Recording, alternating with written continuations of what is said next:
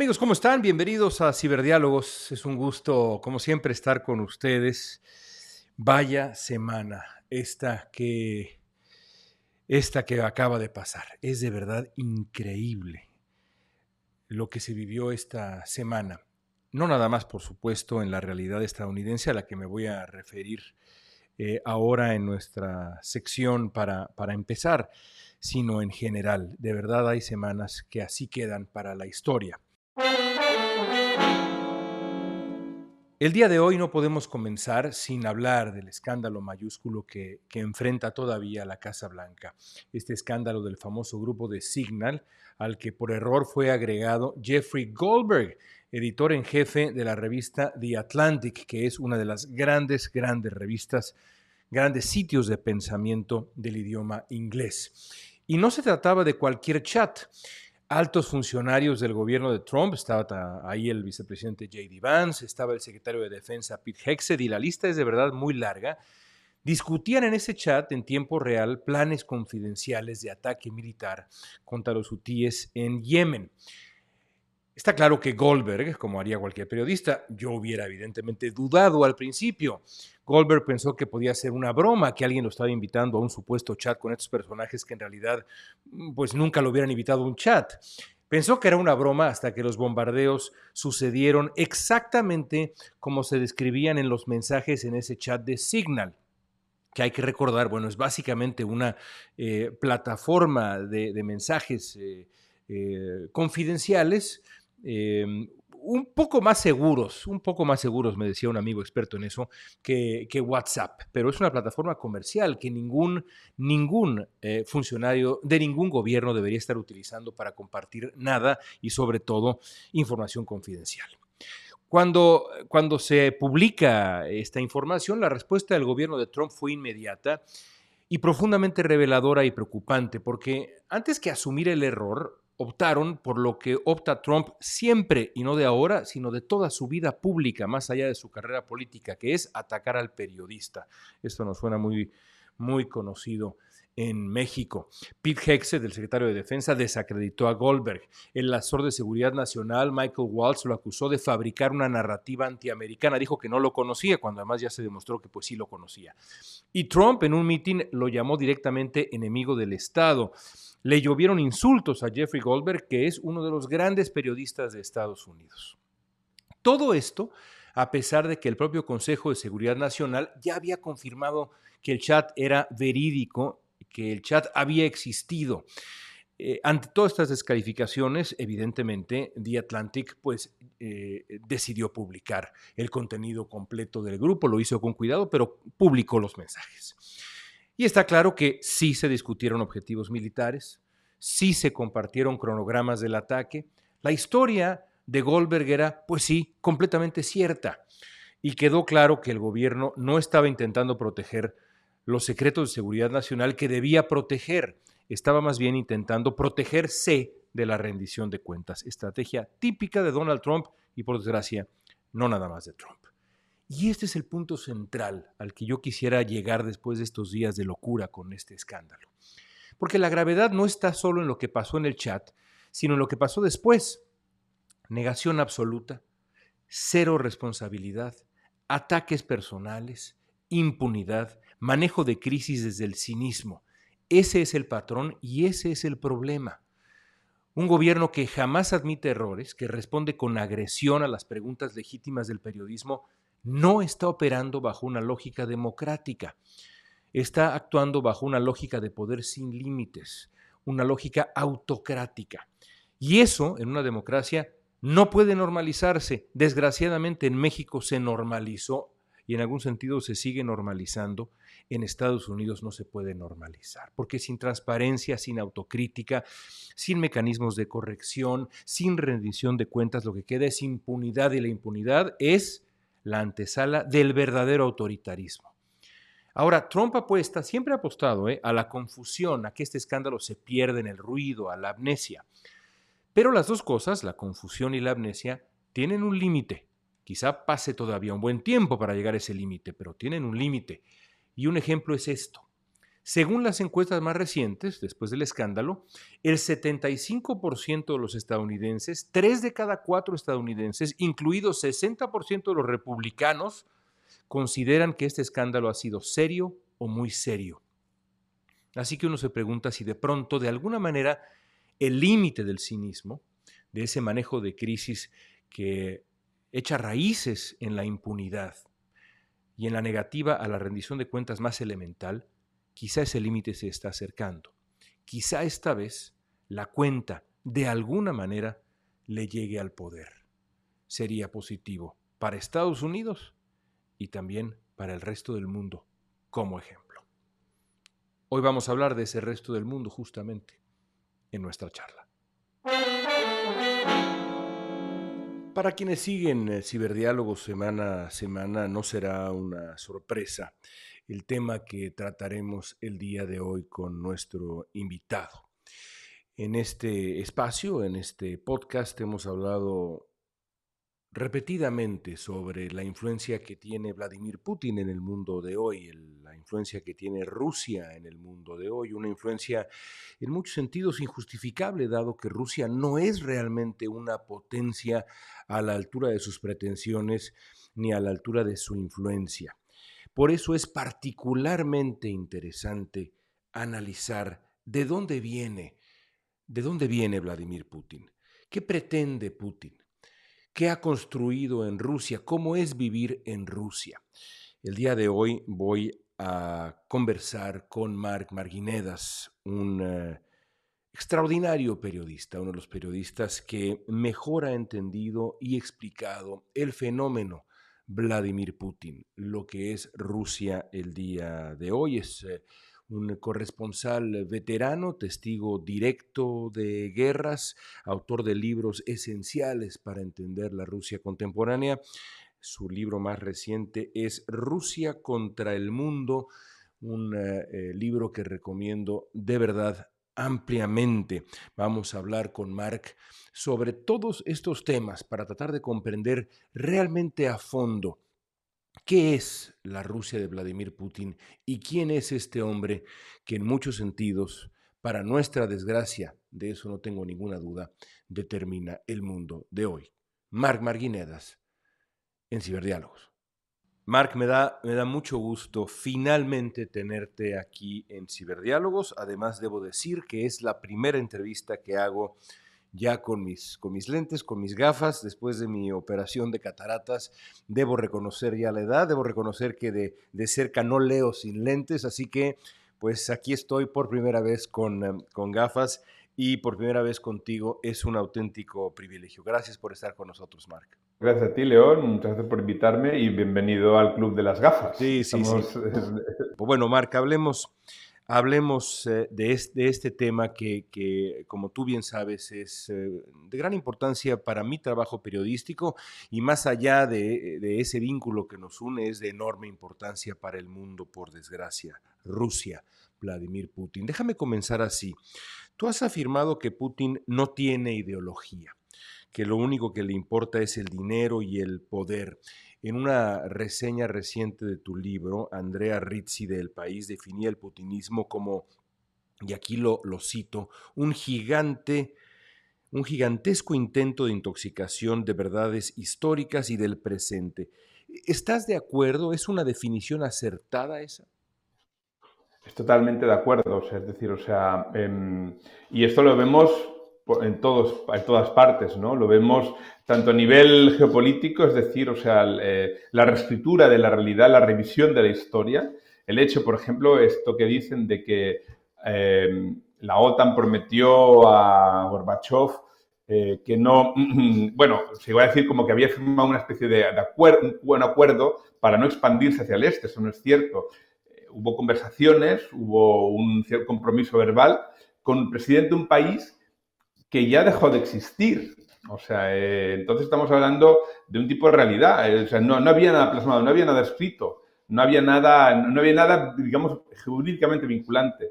Lo que sí era vinculante, por ejemplo, es el memorándum de Budapest, por el cual Rusia se comprometía a respetar la independencia y la integridad territorial de Ucrania a cambio de la entrega de sus armas nucleares. Entonces, vemos pues que es eso, ¿no? Que la narrativa que intenta imponerse es otra. Es decir, Rusia no tiene una gran economía, no tiene un ejército potente como se está demostrando. No han conseguido subyugar a Ucrania, un país mucho más pequeño, en 3 años. Lo que sí que tiene es un aparato de propaganda muy bien, digamos, engrasado, que es capaz de repetir mensajes por todo el mundo y además sin distinción alguna de ideología. Una de las cosas que Putin entendió perfectamente de la derrota de la Guerra Fría por parte de la Unión Soviética es que la ideología le limita.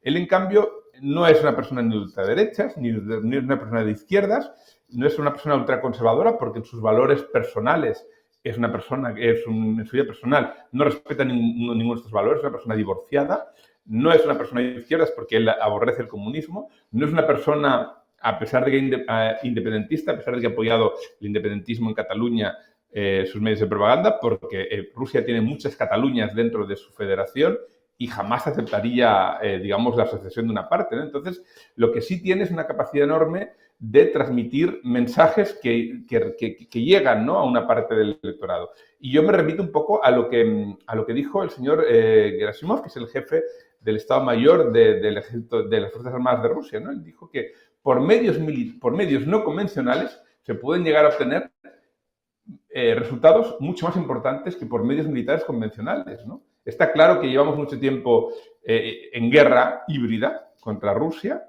Occidente, el sistema, las democracias liberales, etcétera, y solo ahora, últimamente, solo nos estamos dando cuenta verdaderamente de cómo han conseguido avanzar, ¿no? Y de cómo han conseguido, digamos, mermar nuestra posición en el mundo. Has dicho que el régimen de Putin funciona como una mafia.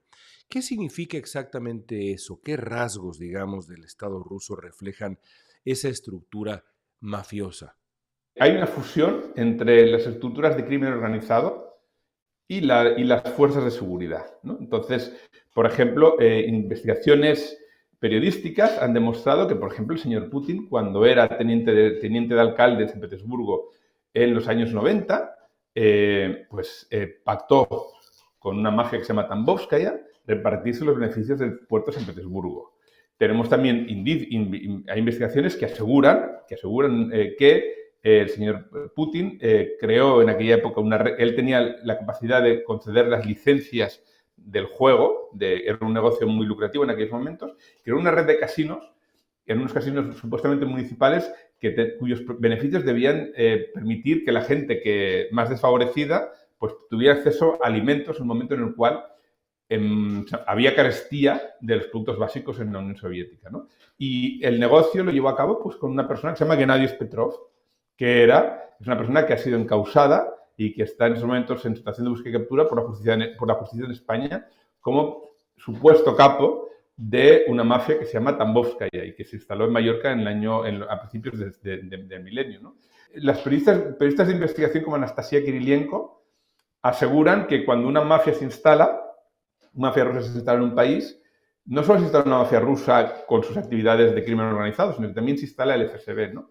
Y ella, por ejemplo, asegura que hay una mafia en Hungría que se llama Sonsevo, que se instaló en los años 90, también coincidiendo un poco en tiempo con la mafia Tambovskaya que fue articulada en España, y que esta mafia es la que consiguió que Víctor Orbán, el presidente, el líder de Hungría, pasara de ser una persona fundamentalmente muy crítica con la proyección de Rusia en Europa a ser una persona que en estos momentos da la bienvenida a Putin, ¿no? Entonces, esto es un poco lo que quiero decir. Para el Estado ruso, el crimen organizado es también una forma de proyectar su influencia en el mundo. Y un último apunte.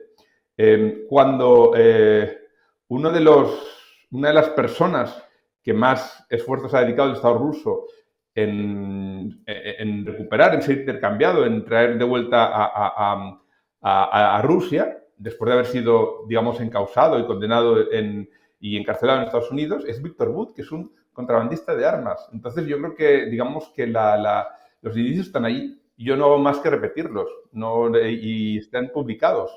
Y todo esto deriva en la construcción de una cleptocracia brutal, además represiva.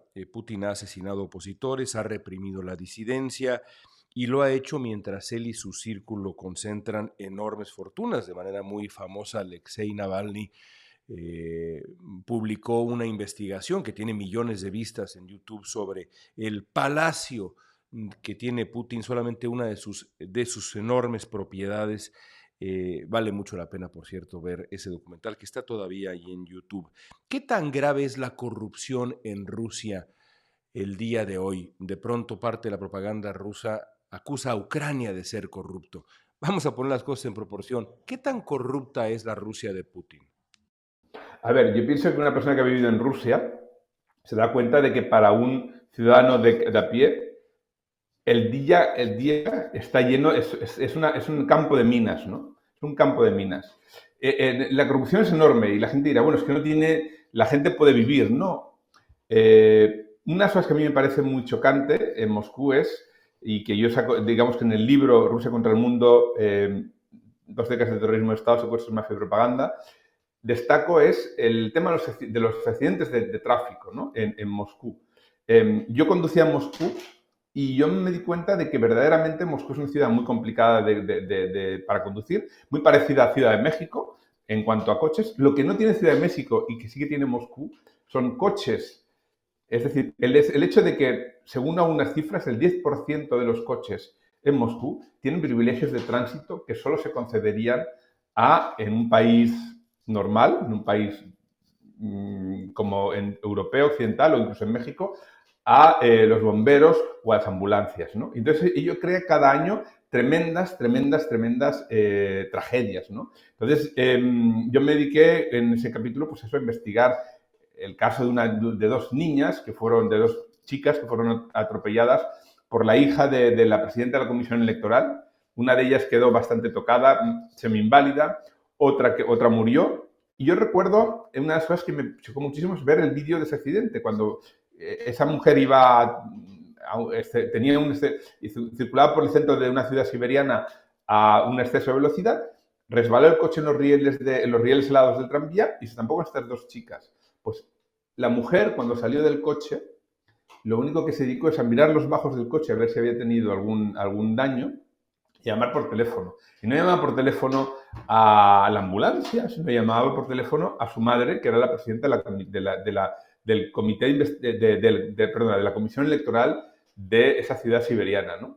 Eso es tremendo. Y verdaderamente lo único que el ciudadano puede hacer es intentar llamar la atención de los medios, porque si no, el sistema judicial, si se toca con un accidente en el cual hay un privilegiado o una persona importante del régimen, va a intentar enterrarlo. Otra cosa que me parece tremenda, que es tremendo en el libro y además es la especulación urbanística, como hace que verdaderamente incluso un derecho tan básico como el de garantizar la propiedad de tu apartamento, de tu vivienda, no está garantizado. Porque una empresa de constructora que maneja mucho dinero es muy capaz de falsificar un informe, asegurar que tal o cual edificio está en estado de ruina y te pueden expropiar tu casa y darte un apartamento a cambio de mucho menor valor, ¿no? Entonces, yo lo que quiero decir es que la corrupción es elevadísima, es una cleptocracia, hasta unos niveles que yo creo que ni siquiera en México o sea, países como, pues Italia o incluso España, ¿no? Que son países con niveles de corrupción relativamente altos, no es comparable, no es un negocio, ¿no? Pones ejemplos de corrupción que, por desgracia, a quien vive en un país como México le suenan familiares, pero vamos a sumar algunos otros elementos para quien no lo tenga claro. Y vamos aclarando algunas cosas también en función del trabajo de propaganda que se hace desde Rusia. Te pregunto sí o no, Marc. ¿Hay democracia en Rusia? Decir que Rusia es una dictadura es quedarte con el 10% de la realidad. Rusia es un Estado gobernado con criterios de crimen organizado y por gentes que está dispuesta a llegar a pactos con grupos terroristas. Va mucho más allá. ¿Hay prensa libre en Rusia? Había una prensa muy controlada, con una capacidad muy limitada de llevar su mensaje. Después del inicio de la guerra ya no queda nada. ¿Se puede ser opositor político abierto, franco en Rusia, sin temer que uno perderá la libertad o la vida? Yo pienso que en estos momentos probablemente Rusia es uno de los lugares más represivos del mundo. La propaganda lo que hace sobre todo es elevar, más que incluso convencer a gente, porque la gente, yo no sé, yo no creo que haya un apoyo tan grande hacia Putin como se dice en las encuestas, pero sobre todo lo que la gente percibe es que el precio de emitir la más mínima crítica es elevadísimo. Cualquier persona que diga, emita alguna duda sobre la guerra, sobre Putin, inmediatamente es concebido como, es identificado como un traidor. Entonces eso prácticamente es imposible. Ya que establecimos cómo es la vida en Rusia, hablemos de la relación agresiva de Vladimir Putin con el mundo. Qué difícil es entenderlo a fondo, pero vamos a intentarlo. ¿Qué lo motiva, Mark? ¿Qué es lo que verdaderamente busca? ¿Es poder por poder? ¿Es una visión imperial, paranoica, una obsesión con Occidente? Todo lo anterior. Para abrir boca, ¿cómo explicarías qué lo motiva? Yo creo que sobre todo Putin es una persona movida por el resentimiento. Es una persona que él vivió la caída del muro de Berlín en Dresden, cuando era un agente sobre el terreno de la KGB en Dresden. Los relatos periodísticos aseguran que él quedó muy frustrado por el hecho de que el ejército soviético que estaba posicionado cerca no quiso en ningún momento intervenir. Pidió ayuda al ejército soviético posicionado en Alemania Oriental y ellos le dijeron que de Moscú no había órdenes de actuar, de proteger ni siquiera la sede de la KGB, y el hecho de que, y en ese momento quien gobernaba era Gorbachev. Gorbachev tenía claro que no estaba dispuesto a derramar sangre para mantener el cinturón de países satélites de la Unión Soviética. Entonces eso es algo que le ha marcado muchísimo. No creo que Putin, las circunstancias han hecho a Putin como es. Putin ya era como es. Putin llegó al poder, como sabemos, ya por atentados que fueron orquestados por el propio civil, por los propios servicios secretos, ¿no? Para, digamos, para permitirle lanzar la Segunda Guerra de Chechenia y hacerle subir su popularidad. Entonces, una persona que llega con estos métodos al poder, con atentados de falsa bandera, pensar que las circunstancias le han hecho así, que Occidente no podía hacer nada. Y yo creo que Occidente lo que ha hecho ha sido, digamos, dar constantemente, digamos, oportunidades y manos tendidas que además han sido siempre, siempre, siempre interpretadas como una muestra de debilidad. Si lo que lo mueve es el resentimiento ante lo perdido, lo que busca es recuperar esa supuesta grandeza rusa, su lugar en el escenario mundial, imponerse de una u otra manera en esta guerra híbrida y demás que exploraremos en el escenario mundial, recuperar lo perdido.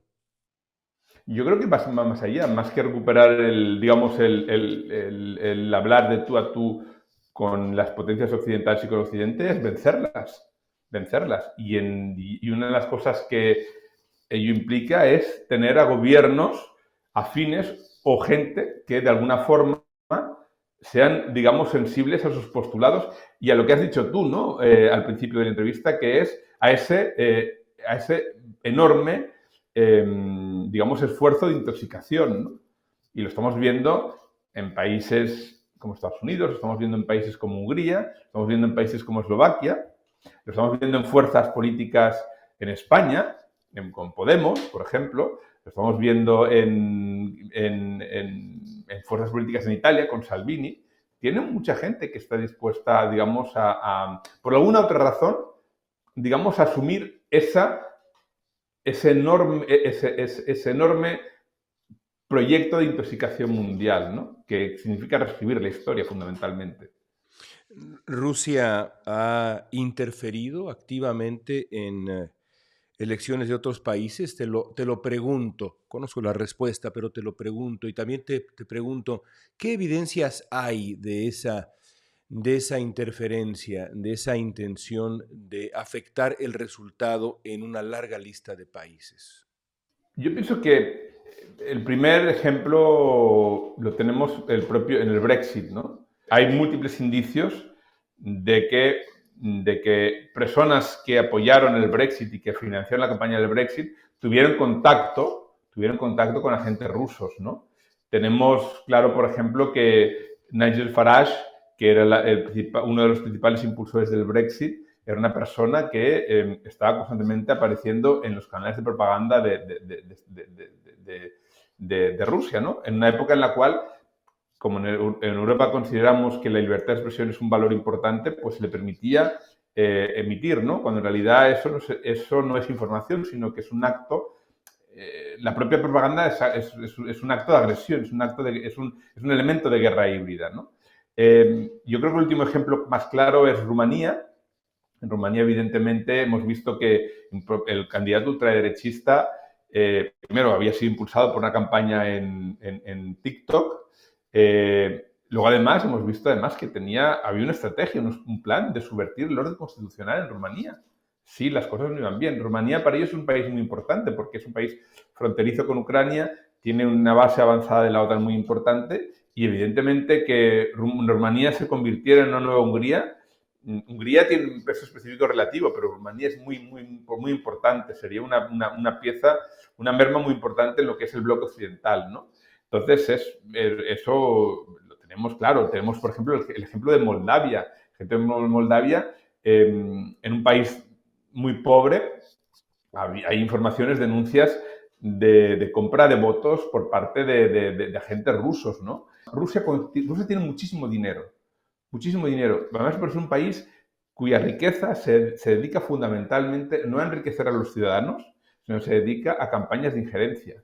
Entonces, si tú dentro de tu país pagas pensiones de $200, pero tendrás mucho dinero excedente para comprar voluntades en Bulgaria, comprar voluntades en muchos sitios. Cuando lees este intento de desestabilizar democracias desde dentro, estas campañas de desinformación, esta guerra híbrida, ¿cuál es el objetivo? Es decir, ¿cuál es el mundo que quiere construir Vladimir Putin en Europa? ¿Cómo se ve esa Europa ideal para Putin? Es una Europa que no está ahí todavía.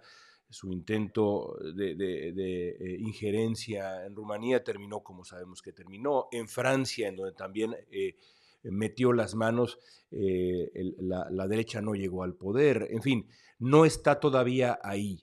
Pero, ¿por qué no nos dibujas esa Europa ideal para Putin y qué implicaría para el mundo? Él aspira a separar Europa, a mermar el vínculo de solidaridad en la Unión Europea.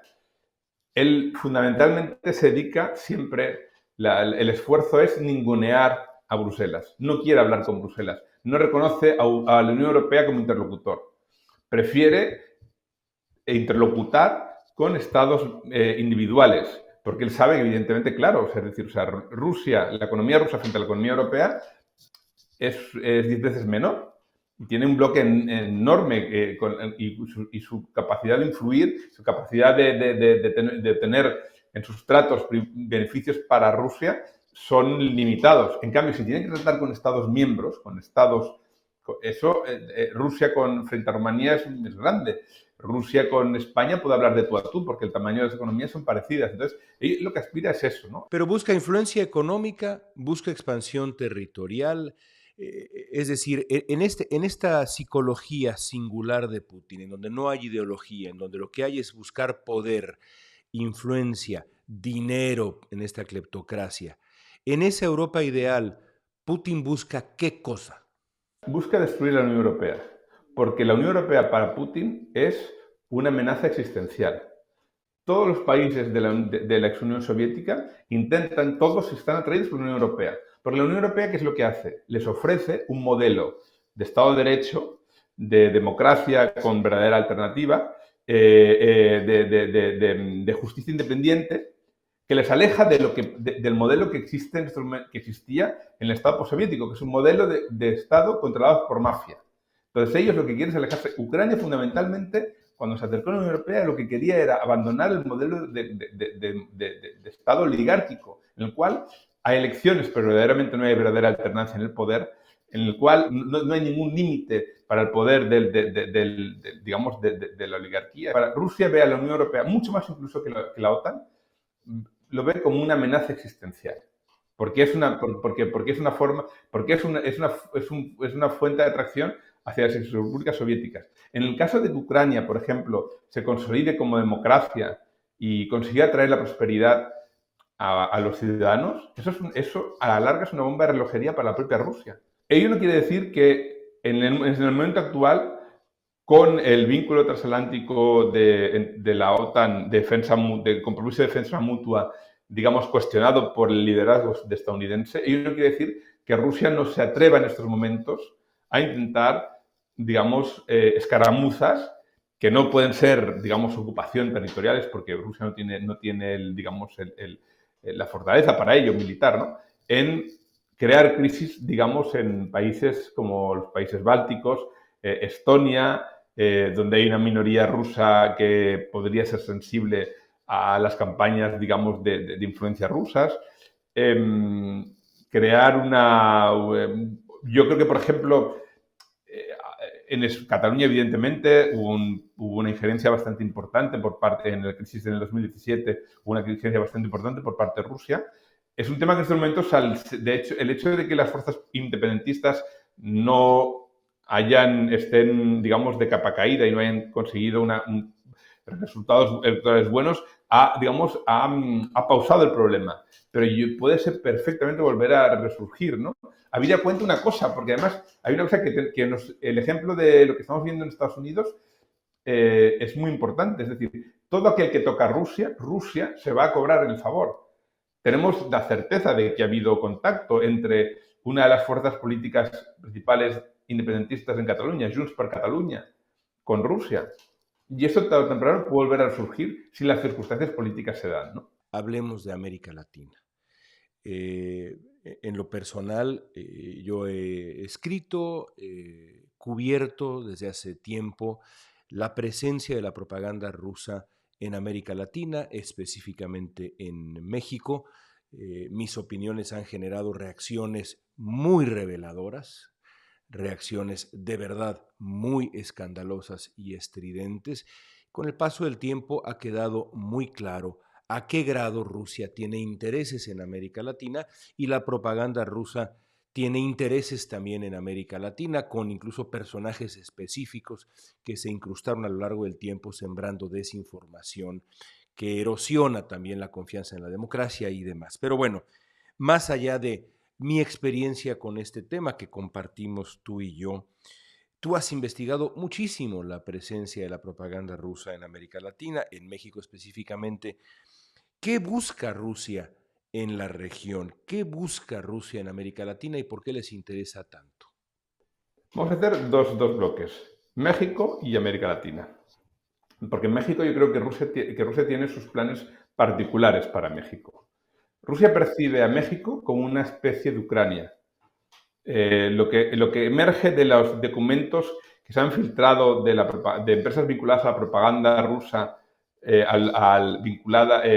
digamos, coordinadas por la administración presidencial dirigida por Sergei Kirilenko, son muy reveladores. Hay una frase que dice: Estados Unidos debe empezar a sentir la presión de un país de 130 millones de habitantes, ¿no? Está claro que Rusia lo que pretende es, digamos, arrastrar a México a un conflicto con Estados Unidos. Y además, incluso las circunstancias actuales le pueden dar muchas razones para ello, ¿no? Habida cuenta de la actitud que está teniendo Trump. Rusia, por ejemplo, está claro que la presidenta Claudia Sheinbaum ha dicho que el lugar de México no está en el Tratado de Libre Comercio con Canadá y con Estados Unidos, pero vemos clarísimamente que Rusia intenta traer figuras jóvenes del movimiento de Morena para convencerles de que se integren en los BRICS, que está cada vez perfilándose más una especie de bloque alternativo y de contrapeso a Occidente, ¿no? Ahora, lo que sí que tengo muy claro es que Rusia se entiende muy bien, impulsa a aquellos gobiernos que se convierten en democracias liberales. No importa que sean de izquierdas o de derechas. No importa. Rusia es capaz de tener muy buena relación en Hungría con Víctor Orbán, que es ultraderecha, y tiene unas relaciones privilegiadas con Venezuela o con Nicaragua, que son supuestamente regímenes. Lo fundamental para Rusia es que no haya alternativa, es que no haya equilibrio de poderes, es que no haya posibilidad de cambiar gobiernos en las urnas. Cualquier gobierno de estas características autoritario se convierte automáticamente en un amigo de Rusia. Rusia se presenta como una gran potencia, como el comunizador amable. Veamos quiénes son los aliados de México, de Rusia en América Latina. ¿Qué tipo de regímenes han generado? Pues tenemos el régimen de Daniel Ortega, es un régimen dinástico, donde es la propia familia detenta un sector importante de la economía. tenemos el régimen de Venezuela. O sea, Rusia, con todos sus problemas, con todo lo que, con todos los agravios que México haya podido acumular durante a lo largo de los años con su vecino en el norte, veamos lo que tiene que ofrecer Rusia. ¿Qué ofrece Rusia? Pues ofrece este modelo los aliados de Rusia acaban siendo dinastías corruptas y despóticas, ¿no? Uno de los grandes enigmas de esta época es la relación entre Donald Trump y Vladimir Putin. ¿Cómo explicas tú esa admiración tan explícita hacia un autócrata como Putin, admiración que cada vez más parece convertirse en una subordinación activa, y lo estamos viendo en los supuestos acuerdos, hay que entrecomillar la palabra acuerdos, para la conclusión de la guerra rusa contra Ucrania? En fin, la lista es larga. ¿Cómo explicas la relación Trump-Putin? Hay informaciones que aseguran que hay un vídeo comprometedor de Trump que fue filmado de carácter sexual, que habría sido filmado durante la celebración del concurso de Miss Universo en Moscú. Me parece que hoy en día un compromiso de tipo sexual no justifica todo lo que estamos viendo, ¿no? Y es probable que haya más, ¿no? Hay informaciones también que aseguran que en el año 2008, cuando Trump estaba durante la crisis económica que sacudió a Occidente, Donald Trump estaba en bancarrota y fueron sociedades anónimas, shell companies basadas en Rusia, las que adquirieron sus condominios en las Torres Trump y consiguieron, digamos, salvarle de la bancarrota. Eso es digamos, es dinero criminal, ¿no? Luego, evidentemente, vemos una admiración, o sea, Trump ha estado en Rusia, ha viajado a Rusia, ha conocido Rusia, ha conocido ese sistema en el cual, como os he hablado antes, las fortunas, los ricos del país no tienen que rendir cuentas, no tienen que rendir cuentas, son capaces de capturar el propio Estado y de modificarlo, ¿no? Entonces, evidentemente, son cosas que Trump, digamos, que le gusta, ¿no? Yo confío en que tarde o temprano se sabrá lo que verdaderamente tiene. Yo creo que hay una cosa que sí que me parece muy, muy interesante, que Rusia no solo tiene un elemento con lo cual te puede obligar digamos, a someterte a sus dictados, ¿no? Rusia un poco lo que va haciendo es rodearte como una especie de tela de araña.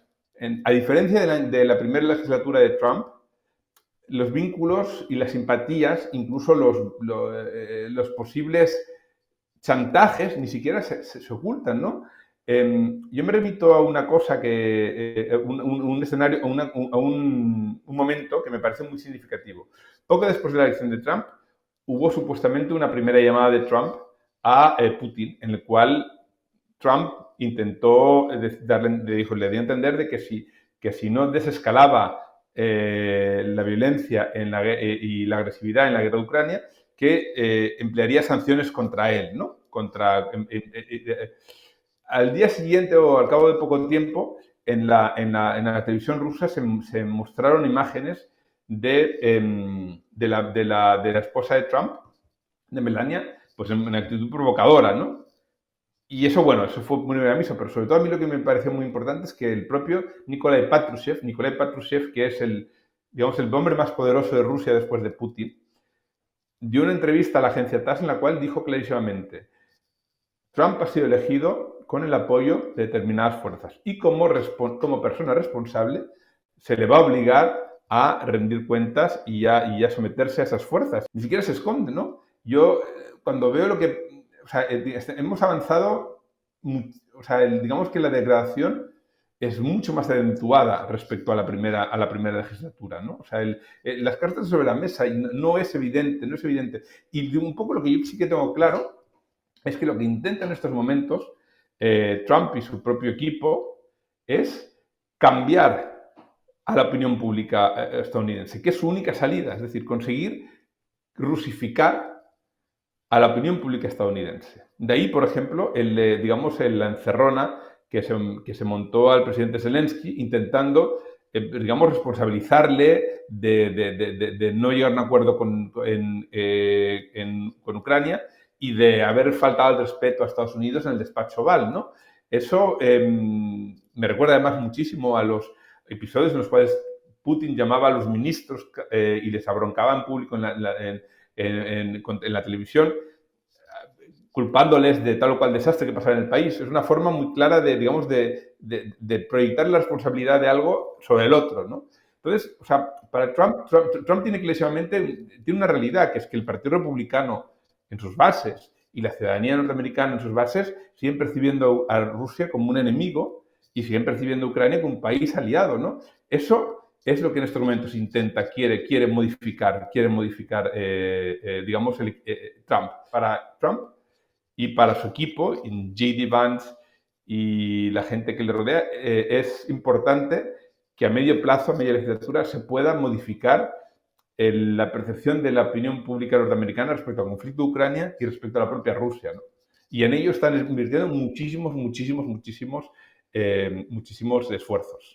Nos has dibujado un panorama global de la influencia rusa, de las intenciones rusas. Quiero terminar con una pregunta sobre el futuro, de Rusia específicamente.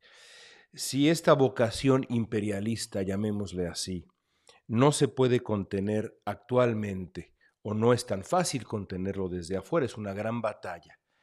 La única salida real, definitiva, profunda puede ser un cambio de régimen en Moscú, pero entonces viene la gran pregunta, ¿qué es esta, Marc?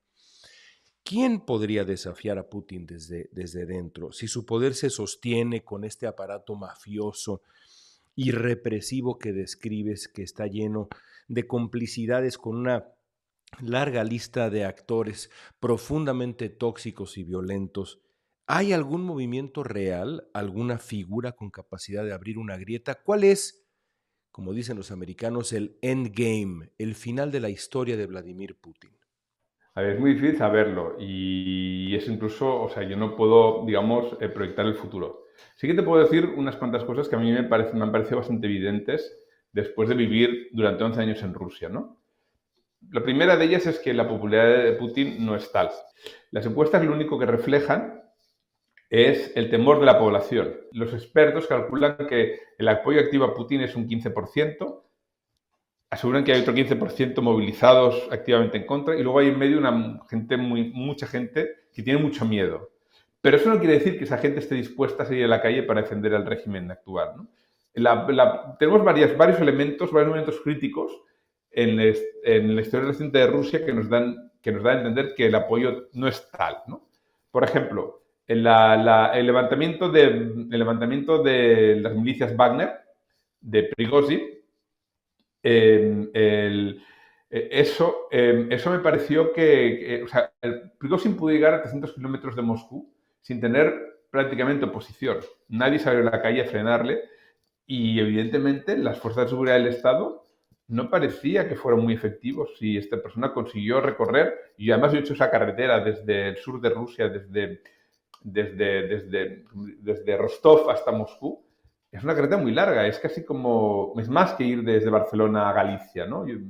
Entonces, y lo consiguió hacer en un solo día.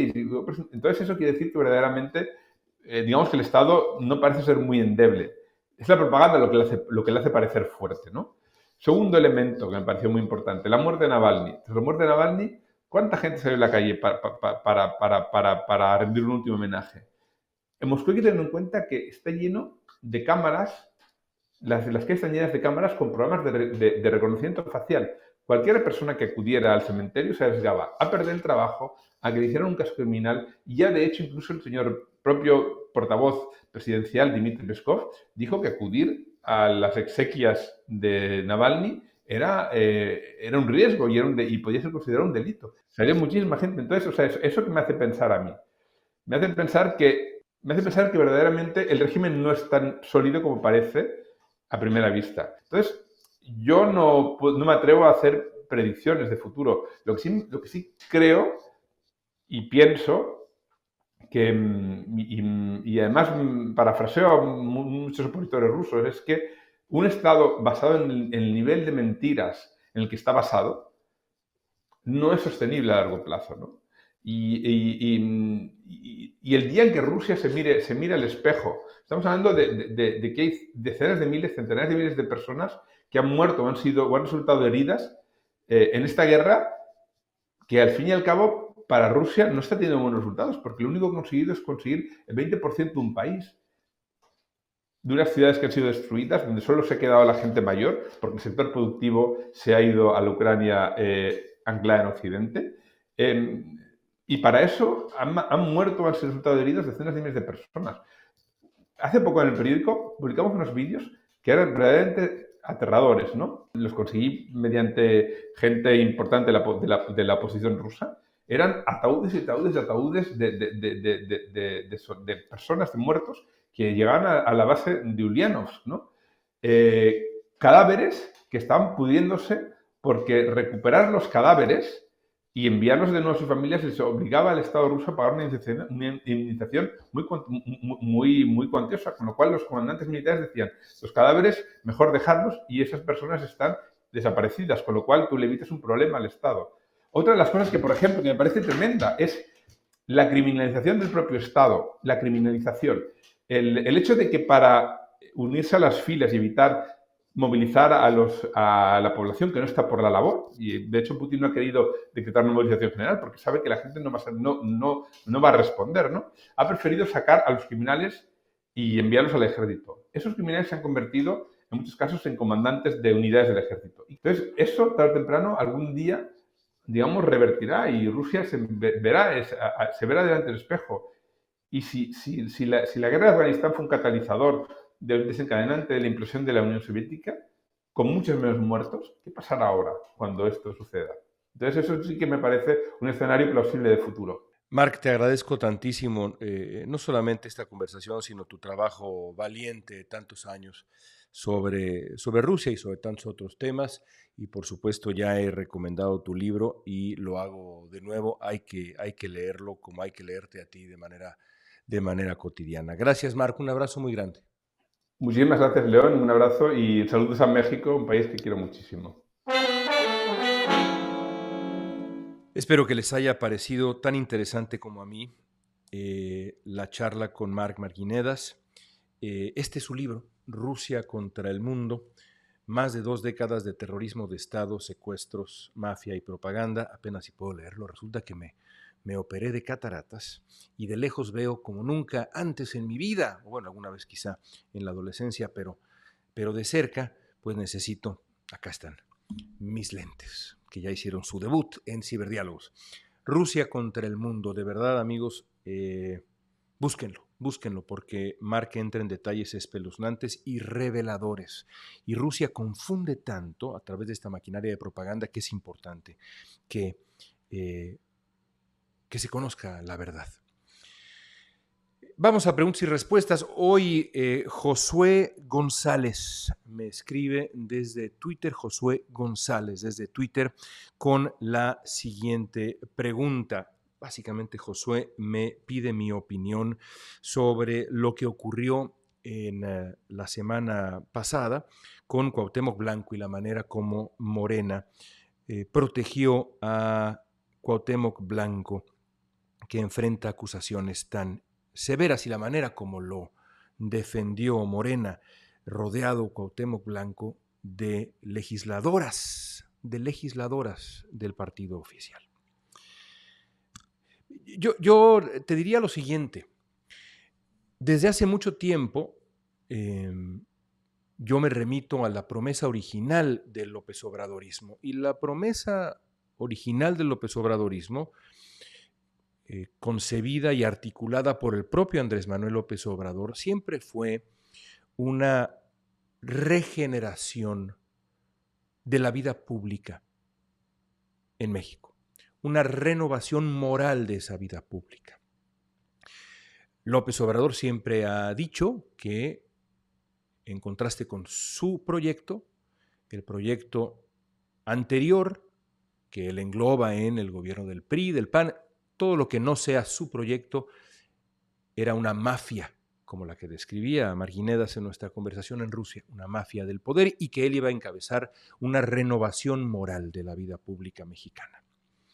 En muchísimos aspectos, y la lista es de verdad demasiado larga, el proyecto de Andrés Manuel López Obrador ha quedado a deber exactamente en eso. no ha representado en muchísimos sentidos esa renovación moral de la vida pública en México. No ha sido el ejemplo que nos prometió Andrés Manuel López Obrador y que sigue prometiendo su proyecto político. No lo fue en su relación con los periodistas, en el respeto a libertades esenciales, en su relación con las víctimas, el respeto al dolor de las víctimas. La lista es muy larga y ciertamente no lo ha sido, no ha estado a la altura de esa promesa a la hora de la rendición de cuentas de los miembros de su proyecto que enfrentan sospechas tan severas como es el caso de Cuauhtémoc Blanco, que fue elevado en la política mexicana desde el López Obradorismo. Un respeto verdadero a esa promesa de renovación moral hubiera derivado en cosas muy distintas, muy pero muy distintas, en muchísimos casos, y el caso de Cuauhtémoc Blanco es uno de ellos. Simplemente es indigno de esa promesa de renovación moral. Y como la lista es tan larga, lo sensato y lo objetivo, dados los hechos de estos 6 años de López Obradorismo y también lo que hemos visto ahora del gobierno de Claudia Sheinbaum en otros sentidos, lo correcto y lo objetivo es dudar de la autenticidad de esa promesa de renovación moral, que tarde o temprano tendrá que enfrentar el juicio de la historia. Gracias por tu pregunta, Josué. Hasta aquí llegamos en Ciberdiálogos, amigos. La próxima semana una nueva entrevista. Ya verán quién estará con nosotros en Ciberdiálogo. Estoy seguro que va a generar muchísimo interés. Mientras tanto, síganos en redes sociales, @LeonKrause, sigan a Letras Libres en todas sus plataformas, suscríbanse a la revista y comenten lo que vimos y platicamos el día de hoy en este espacio para que pueda yo retomarlo en nuestras preguntas y respuestas de la próxima semana.